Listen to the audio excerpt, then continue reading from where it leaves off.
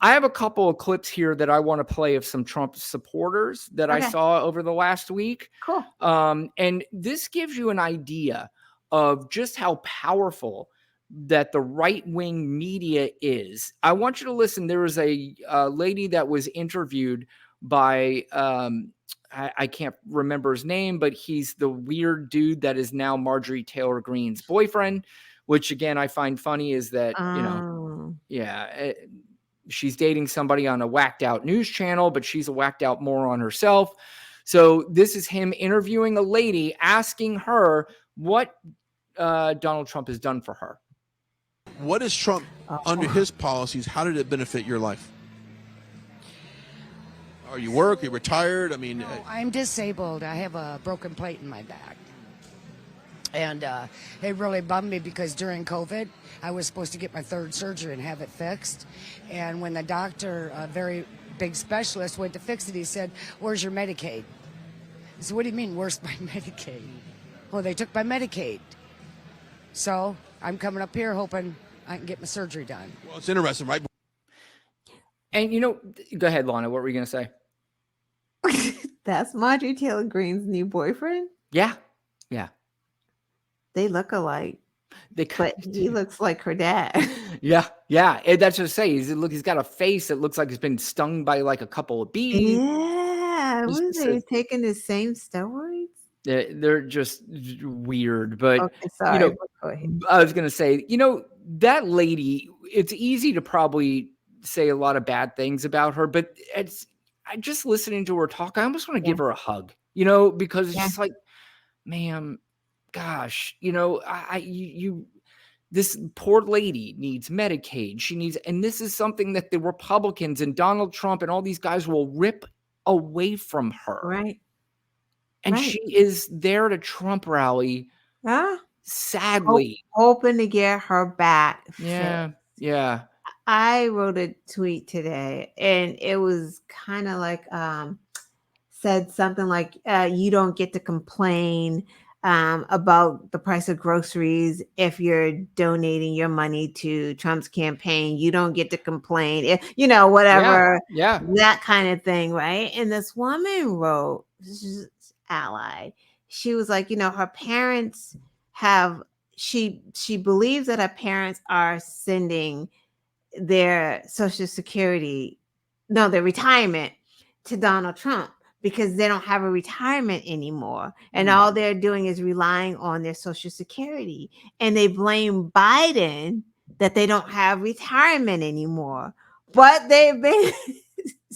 It's unbelievable. First of all, if they're talking about retirement, I'm assuming they're talking about a 401k or, whatever it is. It always cracks me up when people talk about their 401k now and the 401k is really tied into the stock market. And the stock market when Donald Trump left office was under 30,000. Now it's right at 34,000. So your 401k is better now than it was when Donald Trump left office. But they lie. And half the people that are saying what they're saying don't even have a 401k. Correct. Like they're just lying. That's true too. A lot of them make up stuff that they hear on the news and they want to regurgitate it. Right. And say it as if it is happening to them. Gas prices are so high when you're living in bumfuck Alabama and your gas prices are probably $2.70. Like, well, and this is going to tie into something we're going to talk to a little bit later about the UAW strike. In fact, I'll get to some clips on that. I want to play one more clip of this Trump supporter. She was asked what policies Donald Trump had that she loved, and let's take a look at her answer. Do you like Trump's policies? Which of his policies are policies that you like? Before she answers, I want to be fair here. Certainly, we can find some Democrats where you can ask them the same question and they really wouldn't know the answer. But I feel confident that the people who vote for Trump who don't know these answers triple in size to the ones that Democrats answer. I feel confident about that. I will argue that with anybody, but let's take a look at this brilliant answer. April. Looking for somebody else's help. April? The Roe versus Wade happened because of Trump. Well, okay, so let's. I was asking her. I'm going to get to you. Okay. Well, what's your talk to me a little bit about which policies you like. Well, just I don't know. I mean, I can't really think of one right off the bat, but I'd like to see him get us out of debt. Definitely. Do you think? Cost of living is way too high right now, and jobs don't pay enough. Do you think that? So you want him to bring up the minimum wage? Yes, definitely. Because people can't live off what minimum wage is now and support a family. I mean, there's just no way. So you support the Democrats in Congress who are trying to fight for a minimum wage increase? Yes. I mean, yeah. But yeah. These are people who vote, and this is what we're talking about. And again, this is how powerful that propaganda media machine is that they just say shit. Biden's terrible. Trump is your hero. And they don't look into it any further from that. They don't know. They don't know Republicans vote against free school meals for kids. They don't know. They're trying to get your Social Security. They don't know. And that is a nice bulk of the, or at least a good amount of the Trump voters. I mean, well, minimum wage. We got the debt. He put you in debt. It's not just, they're talking about the national debt. He had just short of what Obama added to the debt, but he did it in 4 years. Barack Obama did it in 8 years, and Barack Obama had to take over probably the second worst economy in U.S. history. Yeah. So not even probably, definitely the second worst economy in U.S. history he had to take over. Yeah. And so, there had to have been a lot of money spent just to save the auto industry, just to save, And he saved them. And they will never admit it, because after Bush left, it was people were losing their houses. They were falling prey to those predatory loans. Obama came in. He was like, I have a way that you don't have to lose your homes. You can't refinance because your credit's fucked up from all of this mess going on.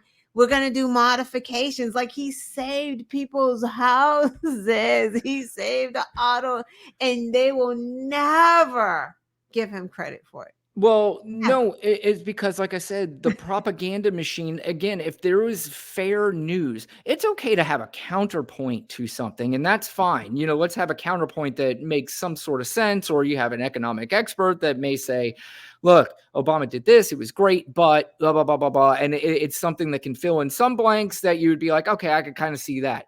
But we have a propaganda machine that just flat lies and just does not care. That though, Brian, like, is it just a propaganda machine? Because some of the things, they fucking see it. They know that Joe Biden was the president when they were getting that child tax credit. They know that happened under Biden. They know that, but they will act like it didn't happen. Well, I'm glad you said that. That's why it makes it so much scarier, is that, they may have seen it, but they're still being told it doesn't matter. I think Donald Trump used the words before, don't believe what you see. Don't believe the check in your hand that the government is giving you to keep you out of poverty, or the moratorium. Like, just don't forget. He's trying to get your kids' loans forgiven and your loans forgiven, and you're fighting it. What the fuck? It makes no sense. Speaking of making no sense, that same ABC poll, the overall economy, excellent or good, only 25% say yes, 74% say no. Food prices, 8% to 91%, and gas prices, 12% to 87%. The unemployment rate, they say at 35% is excellent or good. It's the lowest of all time. And they're asked about the unemployment rate, and it is 35% they say is excellent or good. but it's the lowest of all time.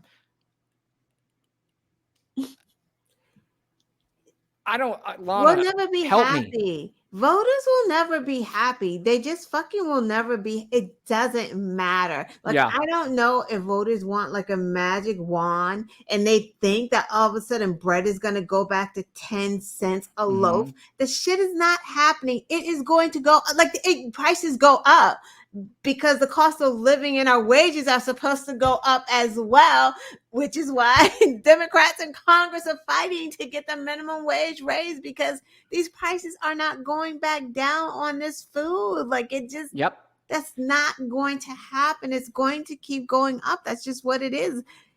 Who's responsible for that? Republicans voted against an anti-price gouging law. They voted against it. Yep. And, you know, what you were just saying is that the inflation has not, or the wages have not kept up with inflation over the years. And you're exactly right. And that's something I was going to, when I was going to talk about earlier is, you know, some of this inflation, I think at this point, pretty much the bulk of the inflation left to where we can get it down are these gas, maybe not in some ways the oil industry, but definitely the food industry raised their prices when they did not need to raise prices. They doubled their profits. And when somebody suggested, well, maybe you can bring these prices down, I'm like, fuck no, we've already set our prices. Why would we, like what you just said?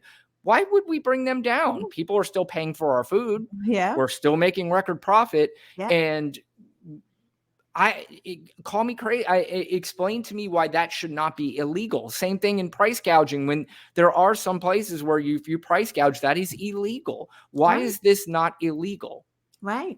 Exactly. We know why, but we're just gonna blame Biden. Like, it's just so. It's like whoever is in the White House, it's like the other people can do it better. It's like, what do you want, America? Like, I'm so confused with what people want. Like, they did that with Obama. It's like he didn't do anything for Black people. Like, what did you want this man to do? Like, walk to your door and give you like a publishing clearinghouse check and like reparations here? Like, that's not how any of this works. Like, it's about the policies. And correct me if I'm wrong, but see, I think even the propaganda machine worked against Black people there. They were like, Obama's not giving you what you thought you were getting. And there's some people in the Black community who are like, hey, maybe they're right. Yeah. You know, and it's like,